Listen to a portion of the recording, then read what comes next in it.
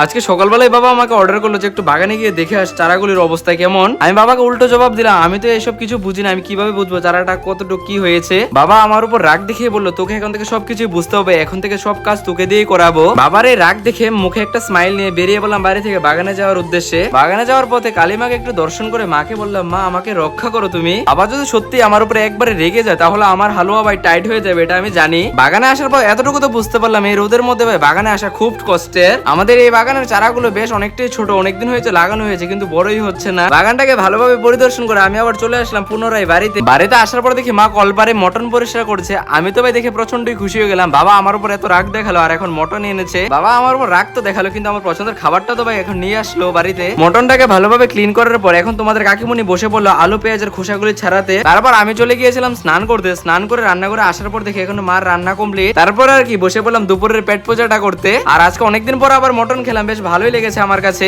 আমার খাওয়া দাওয়া শেষ, ব্লগটা আজকের জন্য এখানেই। ব্লগটা ভালো লাগে চ্যানেলটা সাবস্ক্রাইব করে ব্লগে একটা লাইক করে সুন্দর একটা কমেন্ট করে দিয়ে যাও।